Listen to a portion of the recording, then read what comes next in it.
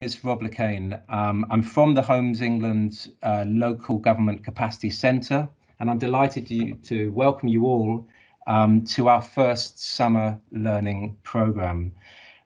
This programme offers a series of knowledge sharing sessions on topics that you have told us are of interest to you. So just a little bit of information about the Local Government Capacity Centre. So as I mentioned before, the summer learning programme, it's brought to you by Homes England's new Local Government Capacity Centre. The centre has been established to develop, curate and design well-structured, accessible offers for local government with an aim of increasing capacity and skills to make homes happen in the short, medium and long term. We launched the centre after extensive research and consultation with you across local government, as well as a range of other partners, to determine where authorities need most support and how this can be delivered. This summer learning programme is one of our first initiatives. We're starting small, but there is more to come. So I think without further ado, I am going to hand over to Andrew, who will introduce this afternoon's session from the Market Insights team. Thanks, Andrew.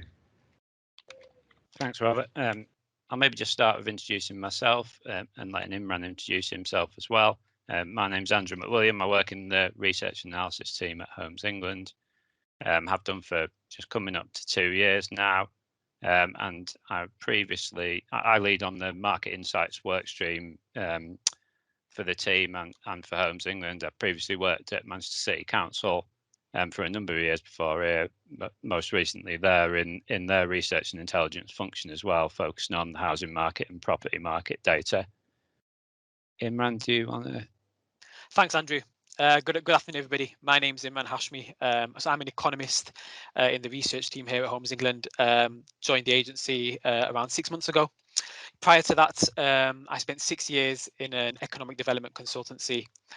So experiencing kind of economic impact assessments, planning applications, evaluations and business cases, and then kind of general market analysis and assessments. Thanks, Imran. Next slide. Yeah, so this just sets out what we're covering today. I'll do a little bit of an introduction to the team and the function that we're based. Then Imran's going to cover sort of some of the latest headlines on the economy and on the housing market.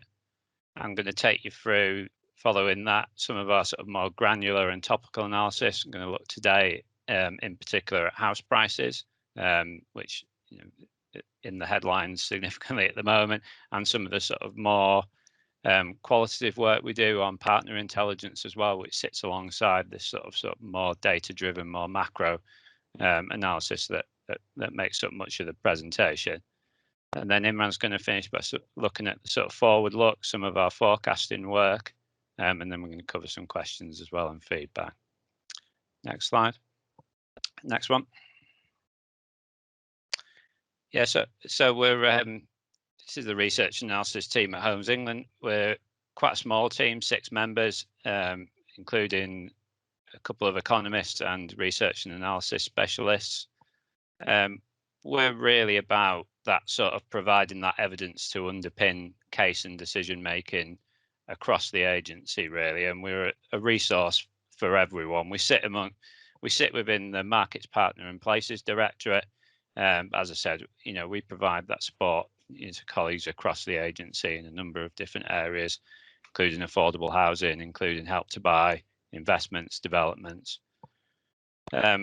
We can't do everything in-house, we're a relatively small team, so occasionally we do need to commission pieces of work and pieces of research externally. It's often sort of in a number of specialist topics, some work that Imran has been leading on recently on productivity and on modern methods of construction, also on some of the models that sit behind some of our forecasting work. We do a lot of engagement with different stakeholders and networks across the sector, in academia, in consultancy, across the civil service and in the public sector as well, including a number of research and analysis specialists within a number of the authorities that are on the call today. Next slide. So we sit together, our team, with the economics team at Homes England and with the geospatial team. So we sort of form a single integrated central analytical function within the agency. We also work closely with our market engagement team, who have a really strong outward facing role. And I'll take you through, as I said, some of that sort of partner intelligence that we look at later on in the call.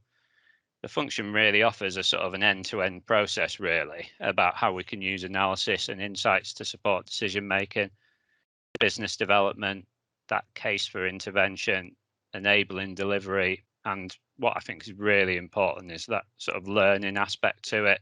And the research team here at Homes England, we lead on the agency's evaluation programme, which is a really interesting and sort of developing piece of work for the team. Most of the work that and projects we'll be discussing today sit on the sort of two themes on the left in terms of the sort of macro trends and strategic analysis, but also our more sort of general understanding of the market. Next slide. It's just a couple of examples of some of that work that I've mentioned, on sort of market analysis and monitoring, which we'll be covering today, as well as that forecasting and economic scenarios. We're also, Imran's our sort of lead on productivity in particular. We're also doing a lot more work on local and topical analysis to support business development and a number of our teams across the agency who are working on the ground with partners such as yourselves. We've also done some topical analysis on subjects like ageing population, housing in that space, and build to rent, and other areas of the market. And as I mentioned before, that sort of engagement with stakeholders and external networks is really important, because that's where we get that information. That's where we can get that information of what's happening on the ground really through and back up some of the stuff we're seeing in the data. Next slide. I'll hand over to Imran. Thank you, Andrew. So I'm just going to talk through kind of some of the latest headlines for kind of the economy and the housing market, based on the kind of the latest research and analysis that we've been doing. So firstly, how do we as a research team kind of feel about the state of the economy and markets? So firstly, I think the main headline is that there's been a big upward shift in sentiment, particularly in the last few months. I think there's generally much more optimism, especially compared to the start of the year. Now, this is predominantly due to the success of the vaccination program, but we have to recognise that there are some key risks which kind of could undermine this recovery. To us, I think probably the three big risks are kind of variants of the virus, any kind of adjustments from Brexit, when they start to be felt, and then also the labour market. We've seen kind of data released this week that kind of showed early signs of recovery and some positive data, but it does remain our key concern for the rest of the year, alongside kind of materials and cost inflation, which I'll cover shortly. The headline housing market indicators, they remain strong. I think this has been well documented over the past year in terms of the strength and the resilience of the housing market. I think we'd say the housing market is dominated by a demand and supply imbalance, and now the availability of mortgage finance and higher loan to value lending. I think the final bullet point here is around kind of our perception of what the market can sustain. I think that's really interesting point for us as an agency, but also in the sector more widely. Particularly in terms of kind of the level of transaction and transaction activity. We're seeing levels we saw kind of back before the great financial crisis. And I think that kind of strikes to the heart of kind of the question we'll see kind of throughout this presentation is how permanent or temporary are some of the trends that we've seen and we're seeing. Next slide, please, Rebecca. So looking at kind of the overall economy, I think the big message here is that there's a much more optimistic picture now as restrictions have started to ease. So I think firstly, just looking at the kind of the latest economic output data, it shows that the economy grew by 2.3% in April.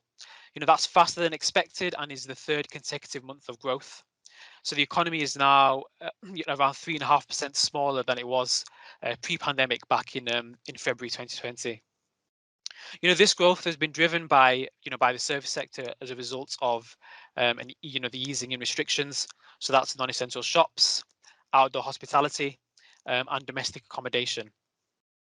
The labour market is also, the recovery in the labour market has also contributed to this. Data released earlier this week showed that unemployment fell to 4.7% in the 3 months to April. That's down around 0.3 percentage points from the previous 3 months. And that's because there were more people actually, working. The numbers on payrolls have increased for the 6th consecutive month. But I think it's clear to see that, furlough is still, still supporting the labour market, and it's still supporting that data. But there has been kind of increase in demand, for staff that's kind of triggered by the partial reopening of businesses in April. So we've looked at some data kind of on kind of vacancies, and there's been high levels of vacancies, particularly kind of in hospitality. That's attributable to people not returning to their old jobs, but also kind of could also reflect businesses planning for an end to kind of all restrictions. Just here now looking at the chart on the left hand side. So this shows a collection of UK GDP forecasts, so economic output forecasts by a range of independent forecasters. And I think what we can see is, in the last few months in particular, forecasters are becoming increasingly upbeat for growth in 2021. We look at kind of, in May of 6.6% versus around, 4.5% at the start of the year. There are various reasons for this. Probably the biggest one is, the bounce in retail spend we saw after the first lockdown. Reflecting that means that GDP could be higher than we expected as the economy kind of continues to open up, and people start to to spend after, as the economy opens. So in other words, from the forecaster's point of view, those positives, that kind of retail bounce, outweighs some of the risks of the impact from mutations, the unemployment risks and trade friction. For us, I think it's interesting to see how these risks, will actually play out. And later on in the session, we'll give you our kind of professional view. Next slide, please, Rebecca. Now moving on to some lending data. I think the key point here is that lenders are coming back into the market, and rates are falling across the board, although at higher kind of loan to value rates, they're well above pre-pandemic levels. We've got to the government guarantee scheme, so the availability of 95% loan to value mortgages are on the rise. If we look at kind of the actual number of products, there are now around 110 products, which is up from just 34 prior to the launch of the scheme. So there is, it's still well below the number before the pandemic, which is around 300 products, but there is much more competition relative to the past few months. If we look at the chart on the left-hand side, this shows interest rates on 2-year fixed-term mortgages, and it shows that the rates have started to to fall kind of across the board. I think what's particularly interesting here for us is if you look at actually the incremental gaps, so looking between 95% to 90%, then from 90% to 85%, and then lower to 75%. I think you can see these gaps have grown over the past 12 to 18 months. We look back to a few years ago in through 2018 and 19, when the gaps were not as big as they are now, particularly between kind of 95 and 85%, down towards that 60%. So I think this needs to be watched closely over the next few months, and its kind of implications for particularly for kind of affordability. If we move on to the next slide, there we're showing here some data on supply. And again, I think the key point here is there's been a significant bounce back in the number of housing starts in the spring, but there is a risk. There's a key risk here that rising cost of materials could put the brakes on this growth. So if we look at the chart on the left, this shows the number of new energy performance certificates lodged over the past 3 years. In an EPCs, they're a good proxy for the number of housing completions. So we're up now 15% on the same quarter last year, and the year-to-date completions total is now 50% ahead of where we were last year, and is broadly in line with 2019 levels. We have other data that illustrates this bounce as well. So we have access to data from the National House Building Council on starts by individual plots. And again, that shows that the number of starts recorded so far is around 4.2% up on 2019 levels. So this is all, really good news for housing starts. But looking ahead, there are some causes for concern, and that mainly revolves around kind of cost pressures, particularly around steel, timber, and transportation costs, all being subject to to price increases, which has pushed up the rate of cost inflation. We look at something called the UK Purchasing Managers Index, which is a survey that began in 1997, and that rate of constant inflation is the highest since the survey began. So again, it's good news, but certainly some cause for concern ahead. Next slide, please. And then just finally, I mentioned at the outset that the housing market is dominated by an imbalance between demand and supply. We've got data here that shows the market is tight. The sales to stock ratio is at its highest since 2002. So we've got some data here from the Royal Institute of Chartered Surveyors, their UK residential survey. So on the left, we have house price and sales expectations, which are both positive. In particular, prices, which is the dark blue line. Sales expectations have softened somewhat, and they will. We think they'll continue to in the coming 3 months once the stamp duty land tax holiday begins to be tapered out through to September. On the right, we have new buyer inquiries in yellow and new instructions in red, and it's here we can kind of really illustrates the that imbalance with the new inquiries, the yellow line growing solidly, whilst new listings and therefore inventory falling. The red line clearly is clearly kind of in the negative and falling, and this gap is now the widest that it's been since November 2013. We have other evidence of this balance as well from some of the data from online portals. So, Zoopla's latest research for May kind of paints a very similar picture. They find that sales demand has kind of moderated slightly in May, but remains significantly higher than at any point than the same point in each of the past 3 years. Flows of inventory, while they're kind of tracking levels seen in 2018 and 19, they remain in a major imbalance relative to demand and sales agreed. That's exacerbated over the last few months by the return of first-time buyers into the market. First-time buyers, they have nothing to sell, so they're contributing towards increased demand, but nothing towards supply. So that's kind of contributing to that imbalance. And there's also kind of a particular shortage of 3-bedroom family housing as well. That's been well documented in the media regarding the race for space. And what I'm going to do now is I'm going to pass over to Andrew, who's going to kind of look at this point in a bit more detail and showcase some really interesting house price analysis. So over to you, Andrew. Thanks, Imran. Next slide. Yeah, lovely. So I thought I'd take some of the sort of headlines on house prices and a little bit of background into the data itself. Really, we've seen a lot in the national media, in particular, certainly in the last week, and sort of particularly over the last couple of months, around the sort of pace of house price growth across the country and on a regional basis as well, which we'll have a little look at in a minute. And increasingly, as Imran mentioned before, it's been significantly driven by that imbalance between buyer demand and supply in the second-hand market, in particular, in terms of sort of new instructions and new inventory.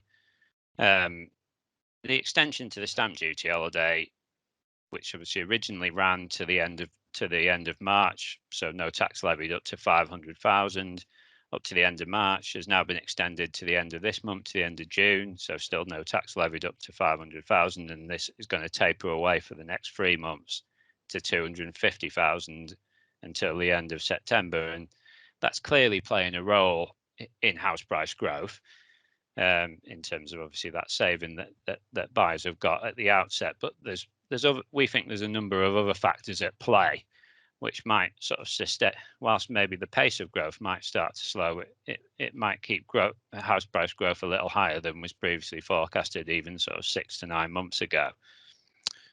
The big one, and it's been talked about much since the pandemic began, has been that sort of change or reassessment in buyer preferences.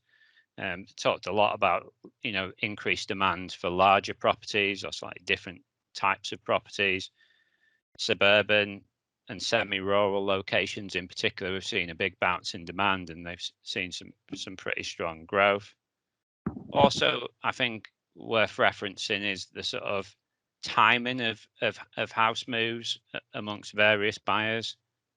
People who may have been considering upsizing or buying their first property, say 2, 3, 4 years in the future, have sort of accelerated that move.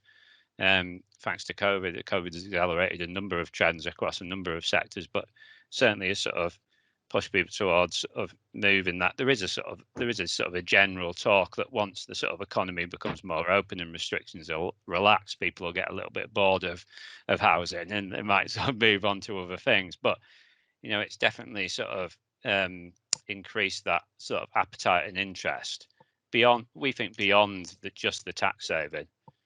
We've seen that in the share of transactions across the market. So whilst in 2019 we saw the proportion of transactions to first-time buyers exceed existing mortgage owners for the first time in a number of years, we've seen that those second steppers, those existing owners, really bounce back over the last couple of quarters, and that gap between them and first-time buyers grow.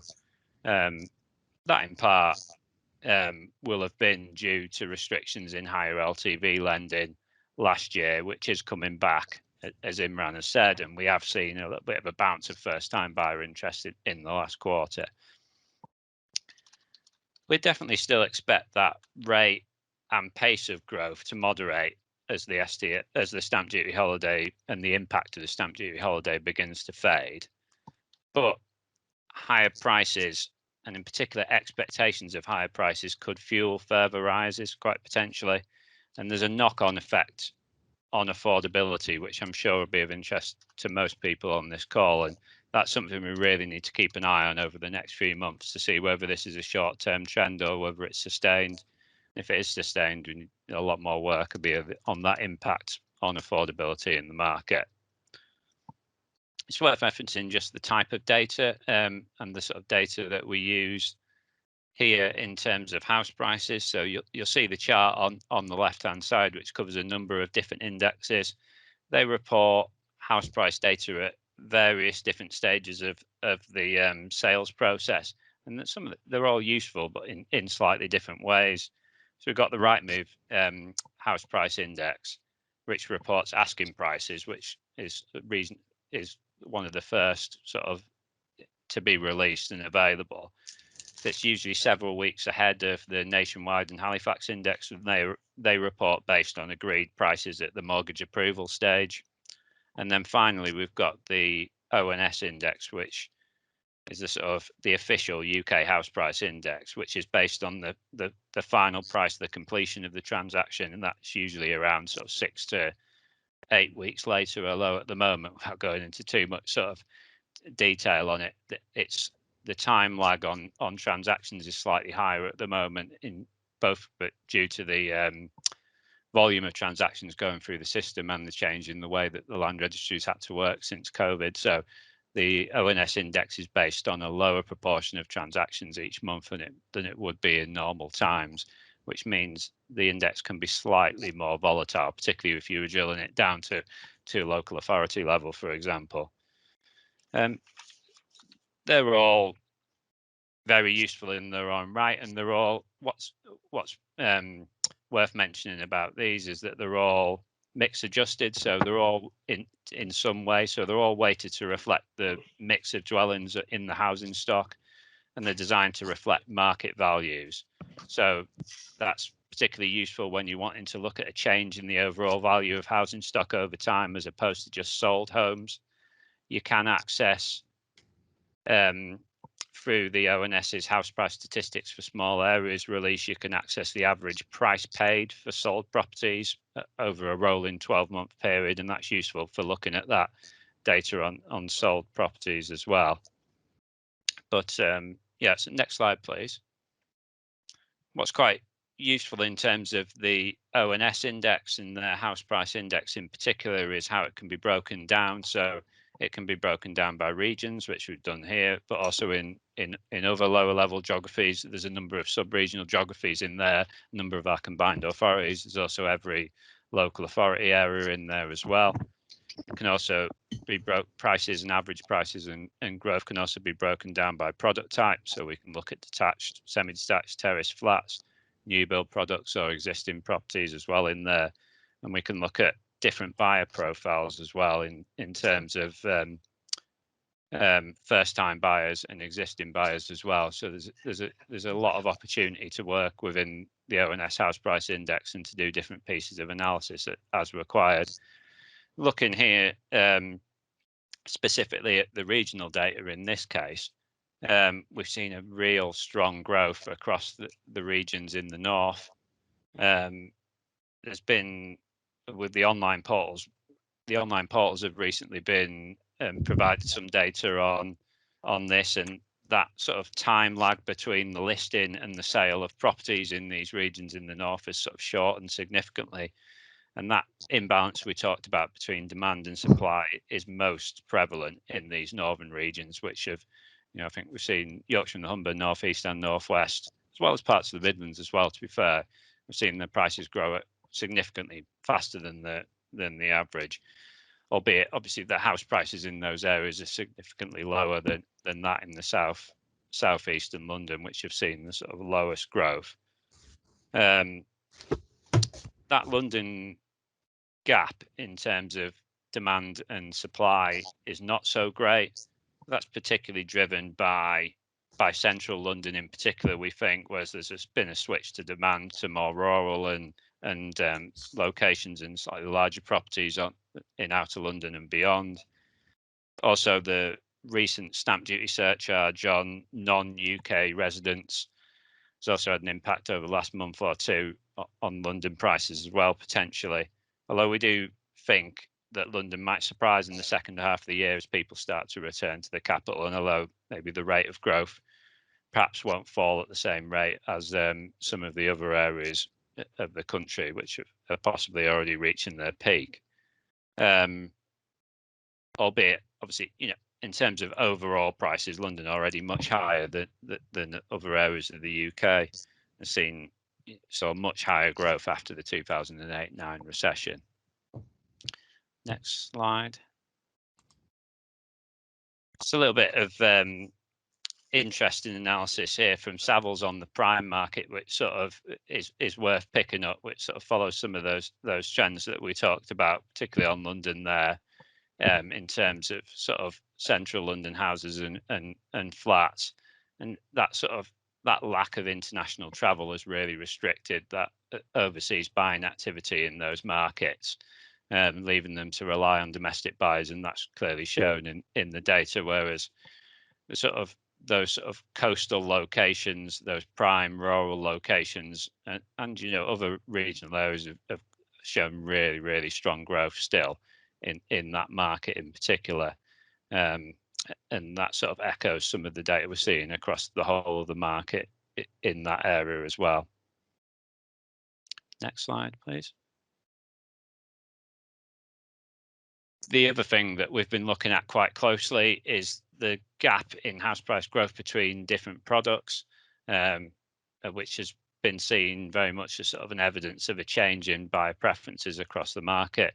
Whereas if you look at the chart on the left-hand side, I've just plotted there the price of detached properties in terms of the annual rate of growth of detached properties, against flats.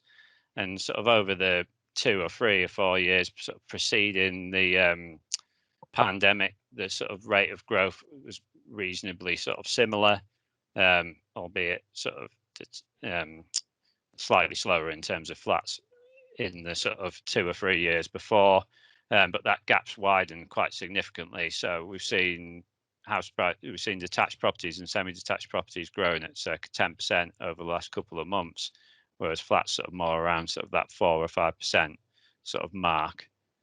What's quite interesting, I think, on this in particular is this trend isn't uniform across the country, and that growth gap between houses and apartments is significantly smaller, and we've seen that particularly in major urban areas in northern England, particularly in places like Manchester, Liverpool, Newcastle, Leeds, all places with significant apartment markets within their city centres as well. This sort of suggests that the previous stamp duty holiday deadline, that impending 2% levy on sales to foreign buyers, but probably more importantly, the expectation of an easing of lockdown restrictions over the rest of this year in terms of that translation between that market into the rental market as well. We've seen an increase in demand for apartment products in these locations. I think that's it for this section. And onto our partner intelligence. So all of this macro and more granular sort of quantitative analysis, we really need it to sit with a more sort of qualitative information gathered from colleagues and partners on the ground. That's why the agency does a lot of work for our market engagement team and for others on gathering partner intelligence. And this is a little bit of a sample of some of the stuff that comes from our partner intelligence report, which draws on all the information that's inputted by colleagues across the agency into what we call a partner pro forma, which is basically a repository for colleagues across the agency to input all the information that they've had from discussions with external partners, including yourselves. This looks particularly at partners' current market experience, as well as the next one will be about the asks that they have of Homes England. But this slide in particular looks at the current market experience of partners and backs up a lot of the things that we're seeing in the data. You see from house builders that particularly an increasing number of mentions around materials, and in particular around the production of materials, not necessarily the supply of raw materials. And that sort of price increase that we've seen, and also that increase in delivery time as well. But as Imran sort of hinted at earlier, we've seen significant positive market sentiment from builders, although maybe slightly slower than recent months, which has been good to see. The smaller builders, the LMVBs, they've been able to. Some of those have been able to adapt their supply chain better than others to the issues with materials and costs. Some have adapted to it by ordering earlier to account for longer lead-in times. Much of the last few months have seen some of them struggling with supply chain issues, but maybe perhaps now sort of starting to get slightly more used to it. Again, they sort of remain broadly positive in terms of the sales market. Both house builders and both the low and medium volume builders and the larger house builders have talked about local authority resources, and I think they're more than aware that those are stretched, and that there has been sort of an increased time frame, I suppose, on certain occasions for planning decisions and sign-offs. Local government partners yourselves, I've spoke a lot about the reassessing housing strategies in light of the pandemic, and in particular how sort of town centres and retail will be affected. House prices in particular will come up a number of times, in particular around affordability, which we know is sort of a significant issue, particularly on a local level, as well as that sort of ongoing sort of concerns around resourcing and capacity. For housing associations in particular, sales market buoyant, similar to the larger builders. Landowners' expectation is very high as well in terms of land prices as well.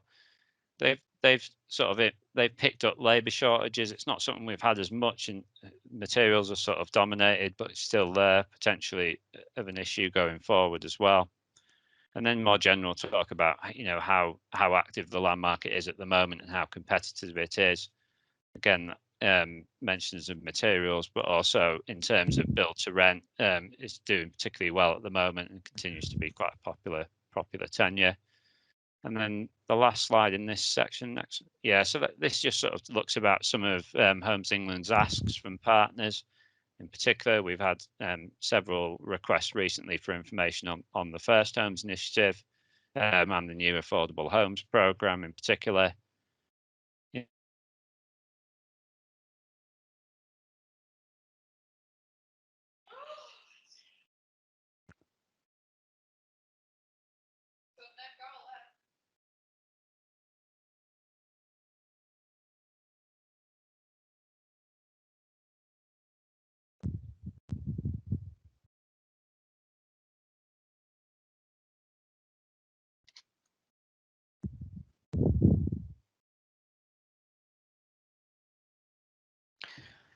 I think we've unfortunately lost Andrew, so I will just quickly jump in to cover his this last slide, which is around kind of what's based on kind of engagement with partners, what's been their recent ask of us over the past past month or so. I think you covered house builders, so moving on to kind of the lower medium kind of volume builders, kind of a mix of I'd say a mix of asks from us. One was kind of providing some direction, responding to queries and support on kind of some of our programs, accessing funds and deadlines, but also just generally kind of wider kind of what support is available, as well as kind of the continued additional the continued support that we offer around kind of contacts with with local authorities and landowners. In terms of kind of our ask from kind of local government, again, it's been a bit of a mix. One is kind of again, it's that networking point around hooking them up with kind of with developers, with with registered providers. We have an extensive kind of strategic framework board that we're kind of we're plugged into, and that we've frequently kind of asked about. One ask is for is for grant funding to deliver deliver affordable housing. That's something that's regularly been asked about, but particularly in the last 4 weeks, particularly in kind of in rural areas. The point around kind of the capacity and expertise to support delivery, particularly that point on capacity. I think we saw that particularly around when kind of when furlough initially kind of kicked in.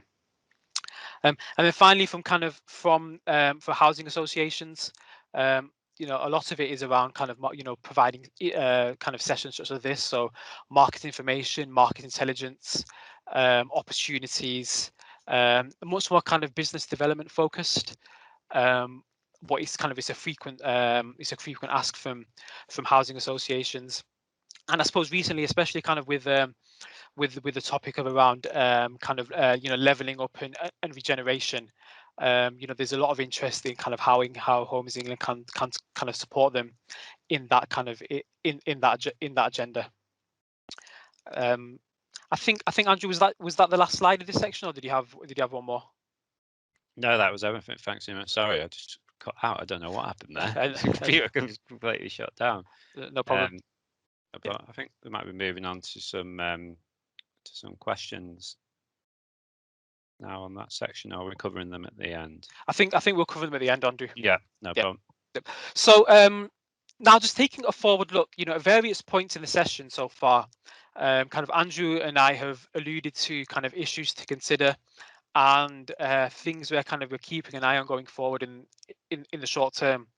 So what I'm going to do over kind of this in the next few slides is just talk some of this through in a bit more detail, kind of outline our approach as a research team to economic forecasting. Now, we're not kind of professionally kind of forecasters. We're not psychics or oracles. We're a delivery agency. So kind of in our forecasting, we focus on kind of understanding what are the different scenarios, what the risks mean to us as a delivery agency. So for our programs, our projects, our aims and objectives as an agency. So the key point here is, it's not all about, what are the numbers for each indicator.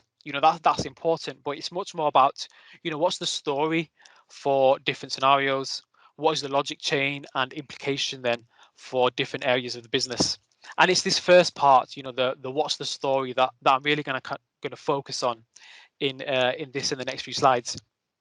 So here on this slide, we think it's always worth starting kind of any forecasting, starting it in the real world, kind of actually understand, what's going on, what's happening and what's kind of coming ahead over the, the short, medium and long term.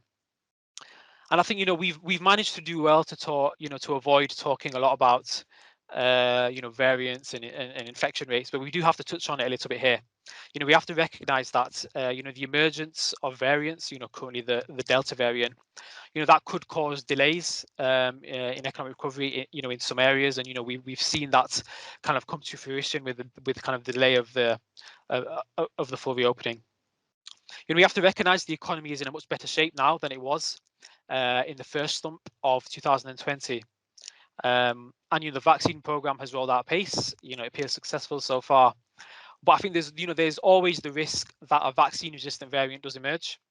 And I think that's probably just the main risk to society in general and not just the economy.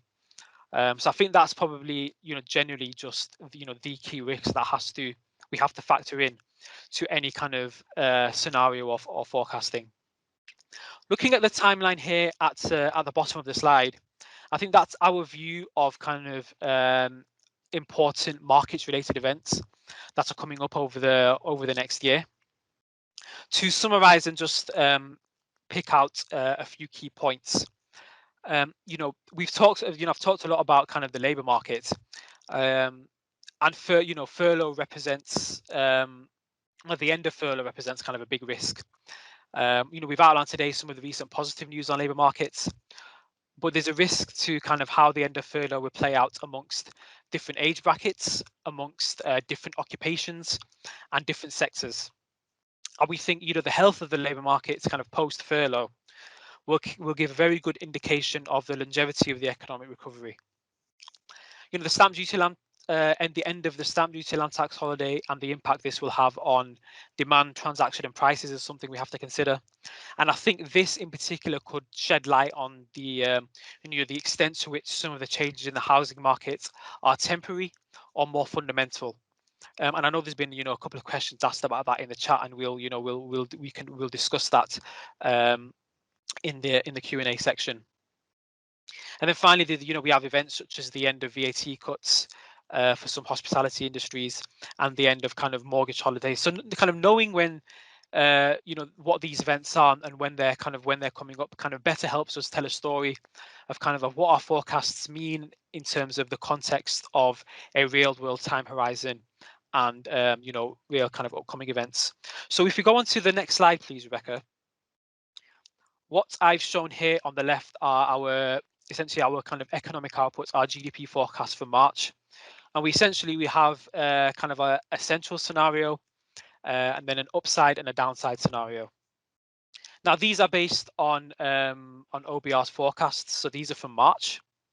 But then we have our own kind of, we make our own adjustments to the upside and to the downside based on our own research, other forecasting data we have access to, and then also kind of the intelligence we've gained from speaking with stakeholders and speaking with partners.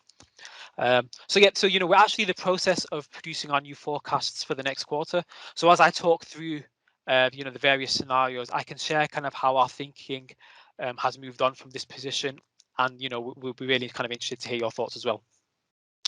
So I think the central scenario, kind of to summarize, in March we expected kind of GDP to grow by 4% in the year and regain its pre-pandemic level in the second quarter of 2022. I think I'm thinking has moved on slightly to a little bit more optimistic of growth between possibly kind of 5 and 6.5%. While the vaccine program brings an end to lockdown, it's likely that some behaviours will remain embedded. We think there will be kind of socially distanced behaviour, international travel restrictions, for at least the medium term, which will kind of slow the return to full normality. I think there's evidence from from other countries such as Israel that shows that even after vaccination, caution remains, and we expect that in our central scenario. We forecast that unemployment rises to a peak of around 6.5% at the end of 2021. Prevented from rising to a high level because of the extension of furlough until the end of September. At this point, we assume that economic activity will have rebounded enough to absorb many previously kind of furloughed jobs. So kind of in our view, the government support schemes have delayed rather than prevented some of the job losses and business insolvencies, especially where kind of structural changes in the economy mean there will be kind of a skills imbalance and mismatch. And then in terms of trade, in our central scenario, kind of trade kind of acts as a significant drag due to Brexit, but we forecast that these frictions begin to recede towards the end of this year. So that's our central kind of scenario. I think it's been well kind of documented and told across a variety of media and other forecasters. In terms of kind of our view of the upside scenario, so kind of our kind of optimistic view. We think the success of the vaccination program would lead to a powerful recovery and a return to normal behavior, very quickly, so without kind of a lot of the caution and delay. We think there'll be a desire, to spend after lockdown, providing a retail boost and a boost for hospitality and the retail sector, and that strength of demand will kind of add to confidence and kind of spur and catalyze investments. We think the strength of the recovery means the economy will be able to absorb a significant amount of furloughed workers, keeping unemployment suppressed. There'll be innovation and investment will allow new vacancies to grow and absorb unemployment. So essentially, no permanent scarring to the labour markets in our upside scenario. And then, we think in the upside scenario, trade frictions will prove to be temporary, resolved in 2022, allowing a resumption of kind of trade on good terms and reducing costs. And part of this, we in this scenario, we kind of forecast a return to cordial EU-UK negotiations, providing mutual trade benefits. On the other hand, the story of our downside scenario is, is pretty much the opposite of that. We have an economy kind of held back by a resurgence of, mutated viruses that are more infectious and more resistant to vaccines, forcing more lockdowns and preventing economic recovery. That causes unemployment to rise more sharply as kind of lower demand leads to more business insolvencies, while pressure on public finances requires a reining in of government support schemes. So this is kind of much more damage to the labour markets and for a prolonged period. And then finally, in our downside scenario, we have trade issues that are exacerbated by the pressure on labour markets, kind of as ongoing costs and frictions with the EU hold back exports, kind of without enough growth in trade from the rest of the world to kind of counteract this, with kind of possible implications on some of the financial centres, in the City of London as kind of companies and staff kind of relocate. So I think what I think in kind of the three stories I've told from kind of central, upside and downside, since March, I certainly recognise elements of kind of each of those scenarios kind of coming to fruition in to different extents. So as an example, I think we have at least in the short term kind of still a relatively strong labour market, so a kind of elements of our upside scenario. But we've also had kind of a delay in longer restrictions as a result of variants. So that's kind of aspects of our downside scenario. One thing to consider here, as another example, is employers will need to start contributing 10% towards furlough costs, as well as a proportion of their business rates, even though they may not be fully be able to open fully. So again, that has impacts on business survival rates, and again is another element of our downside scenario that we can see. I suppose the challenge for us and other forecasters is that it's a very dynamic picture, much more dynamic than would kind of ordinarily be the case. Forecasting is hard even in a stable climate. So we have to remain as flexible and cautious as we can. Consider as many variables and scenarios as we can kind of feasibly cover. So that's kind of a brief overview of our kind of kind of approach and a summary of the different scenarios kind of we're working to in terms of the economy. Now, what does that mean for the housing market?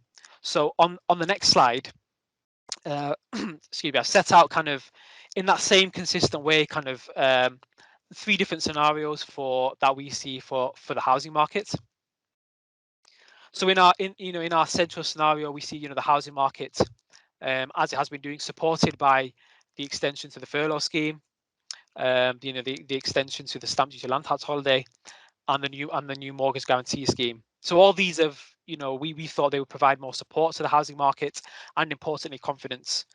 I think we should never underestimate the role kind of confidence plays to housing markets, and this in our central scenario significantly reduces the risk of large house price falls in the year. And I think you would have seen by some of the data we've presented today that this is something we've observed since March. We expect house prices to fall in 2022, but only by around 2%, resulting in kind of a peak to trough fall of 3%, so kind of limiting losses and negative equity. In our central scenario, the demographic profile of homeowners has been less affected by the virus than renters, meaning the risks of losses are low still. Over the medium term, in our central scenario, house price inflation picks up to kind of the historically more typical rates that are a little higher than earnings growth, so averaging around 3% per annum from 2023 onwards. And in our central scenario, the extension of the stamp duty land tax holiday will help to boost transaction activity. And again, we've seen, I think, this from the data that this is proving accurate so far. But its withdrawal will cause transaction to dip towards the end of the year, and then we expect them to rise back gradually to a level kind of consistent with longer term average rates of around 1.3 million transactions per annum. Now, in our upside scenario for the housing market, the improved economic conditions boost housing demand and supply as builders are kind of less cautious about price falls. This does hit affordability, but kind of with average wage growth kind of increasing, there is some room for maneuver, because in our upside scenario, it assumes a relatively strong and healthy labour market. We also kind of avoid, in our upside scenario, kind of avoid house price falls, and high levels of unemployment reduces, that reduces the threat of kind of any foreclosures, and it removes kind of a downward kind of threat on prices. So that's kind of our upside scenario for for the housing market. In terms of the downside, a weak economy, rising unemployment across all sectors of society lead to kind of more forced sales and falling house prices. Some support from investors looking to invest in assets for capital gain in the long run, given global uncertainties, but still kind of a weak picture in terms of forced sales and prices. In terms of transactions in our downside scenario, they do not recover significantly from the end of the stamp duty land tax holiday. So they kind of remain subdued for a prolonged period of time. And the effect of some of the the forced sales causes price to fall to around 7% year on year, making a peak to trough fall of just under 10%. Our current view here is that there are still lots of questions, and uncertainty is still the overriding factor.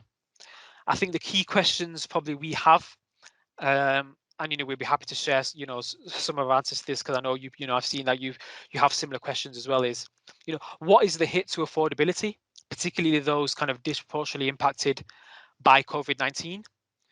So that's kind of younger people, those working in hospitality and leisure. What are their short and long-term aspirations on home ownership? How has that changed compared to before the pandemic? What's the impact on what's the long-term impact on the rental market, on shared ownership? And they're especially particularly shared ownership is questions we're getting a lot from our partners. We have a number of questions around future supply and land markets, particularly around trade friction and cost inflation and how that plays out going forward. And then finally, I think I mentioned this kind of at the start, and I've come back to it at the end, is just how permanent are some of these changes in in bias preferences. How permanent will they be? So there's things like the race for space, the race for suburbs.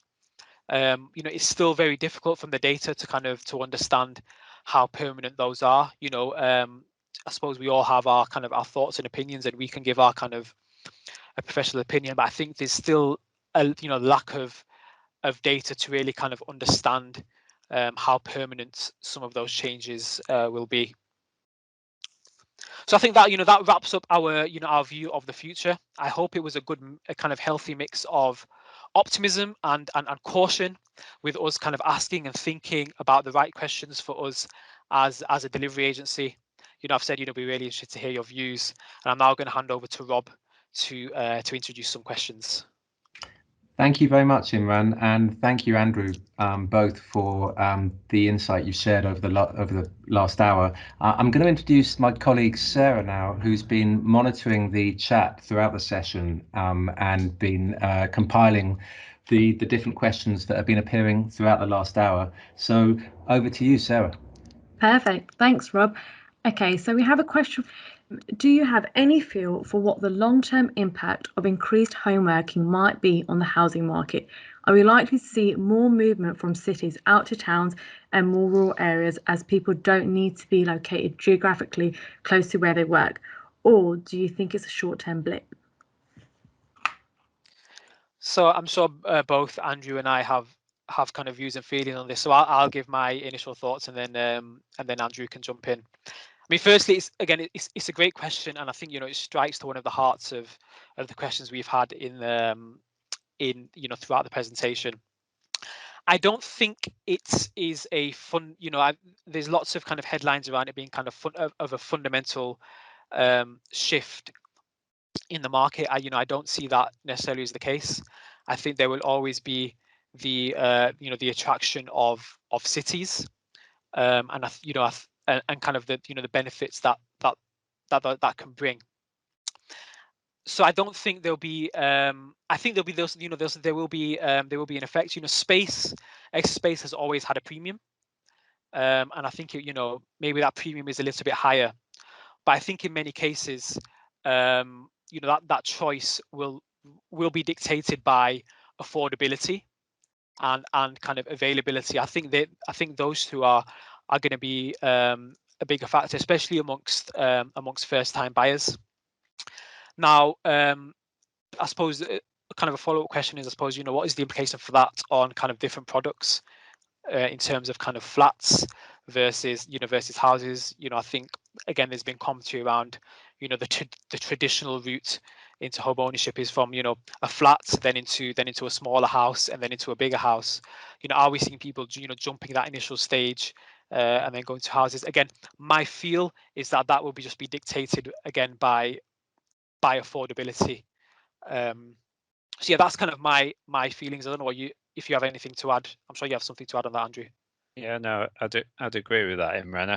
I think part of the thing on that is, and it's a slight cop out from us, is it's slightly too early to tell, certainly from the sort of data side.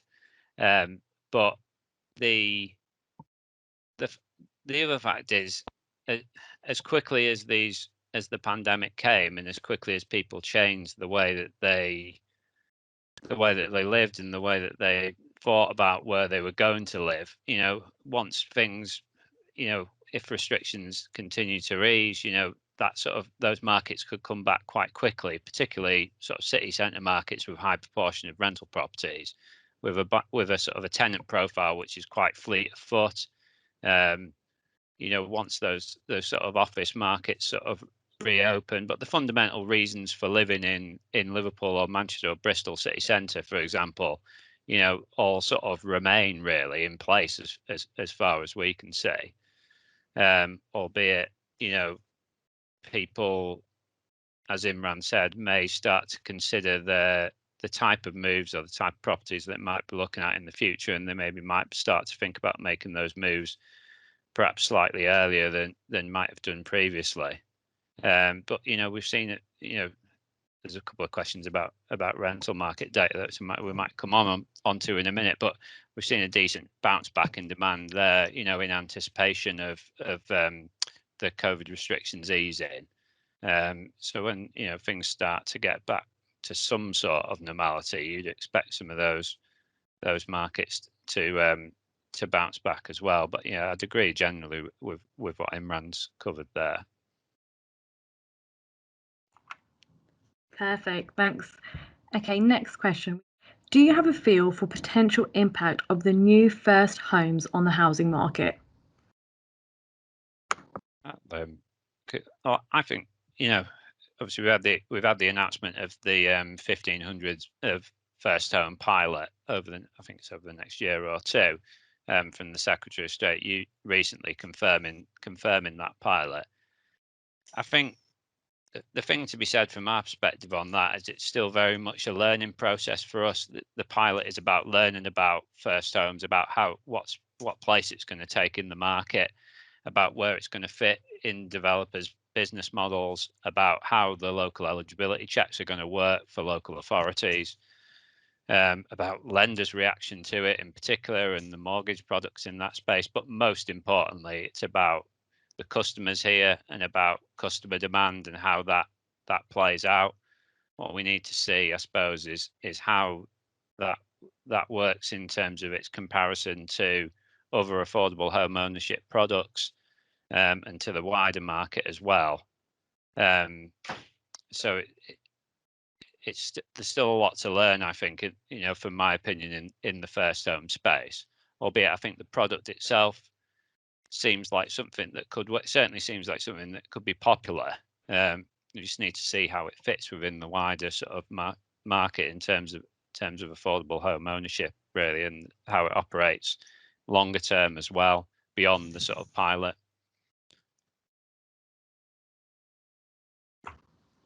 Perfect, thanks, Andrew. So we've got another question. It's about the renting market from John Cosgrave. So the rental availability market has reduced drastically in recent weeks. What is your view in the implications of this and the remortgaging market?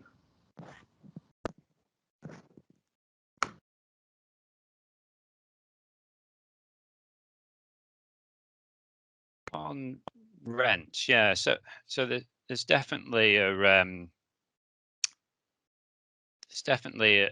similarly to the sales market, we've certainly seen that sort of imbalance between supply and demand in certain areas of the country on the rental market, certainly outside of London, and that certainly helped sort of drive sort of rental growth, or at least stabilize rental growth in some of those areas, although the sort of those average rents in the capital sort of seems to be evidence that they've bottomed out.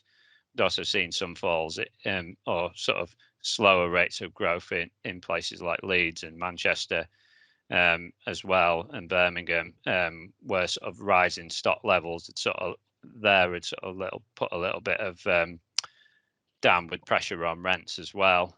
But we've definitely seen a boost in demand coming back in the rental market over the last sort of month or so. In particular, I think in sort of generally in expectation of sort of an easing of restrictions, I think, and I think the prospect for continued sort of growth of demand and rents in the rental market certainly still very heavily dependent on the pandemic and the potential full reopening of offices at some point this year. I think is very pertinent there. I don't know if there's anything else, Imran, on remortgaging. Sure. Yes, it's a really interesting question on remortgaging, and it's not something I've seen kind of any specific data on specifically with regards to that point. As me again, it's a really interesting question and something we should be looking at. But I've not seen. I mean, I know we look at some of that data from UK Finance. Yeah. Well, we look at that. So I mean, it's definitely something worth that we can kind of have a look at. Yeah, these are the type of things that we could pick up in future sessions, particularly on rental market, because I know we focus primarily on the sales market today. Probably a question I should have asked first, actually, from Andrew. Do you have any data on the rented housing market? Yeah, to some extent, yeah. Less so than we do on the sales market, essentially because the rental market data is much more difficult to get hold of than sales market data for a start. But we are interested in the rental market data in particular, but primarily because internally Homes England's involved in a number of sort of guarantee schemes for private rental schemes, and sort of a lot of work we do in the build to rent sector as well. So we are interested in the rental market and we are tracking it. But yeah, most of which sort of I sort of mentioned previously in the previous answer, really. Perfect. Okay, so in light of recent house prices increases, we'd be interested to hear your views on income levels keeping pace and whether we can expect further upward pressure on the house price to income ratio for future local house needs / standard method assessments. I think, yeah, definitely that's a really good question. I think Imran mentioned before, didn't you? Did you mention on so average earnings growth has gone up in recent months, albeit it's earnings data at the moment, from a data point of view anyway, is reasonably difficult to measure because personally, alongside a lot of other data sets, it's distorted by what happened this time last year around the first lockdown. And also, particularly on earnings data, there's been a real sort of change to the sort of type or the basket of jobs that are measured, which is potentially a little bit of an upward bias. So, you know, the sort of headlines in terms of like average earnings growth up 5.6%, when you compare that to house price growth, it doesn't seem too far away. But that might not be, you know, the reality on the ground, so to speak. But yeah, you know, we're not. Our sort of the Ministry for Housing, Communities and Local Government would speak more on housing need and standard method. We're not really involved in that specifically, but we are very interested on affordability and, you know, any sort of impact on, you know, an increasing impact on the ability of people to access home ownership, and in particular, as Imran mentioned before, that polarization of the market, in particular, were those most impacted by the pandemic, particularly younger people working in the hospitality industry, and their sort of ability to access home ownership in the long term is a big interest to me significantly. Okay, I'm just going to ask one last question for you guys. I hope that's okay. So, in light of the loss of interest in flats and smaller homes, is there any evidence of developers ditching schemes of small flats in favour of larger homes? Asking perpetual hope, since in our area we are blighted by unrealistic land value expectations based on cramming in small flats. Andrew, I'll answer first with a caveat that it's more based on kind of anecdotal evidence from kind of conversations with kind of partners and stakeholders rather than kind of concrete evidence.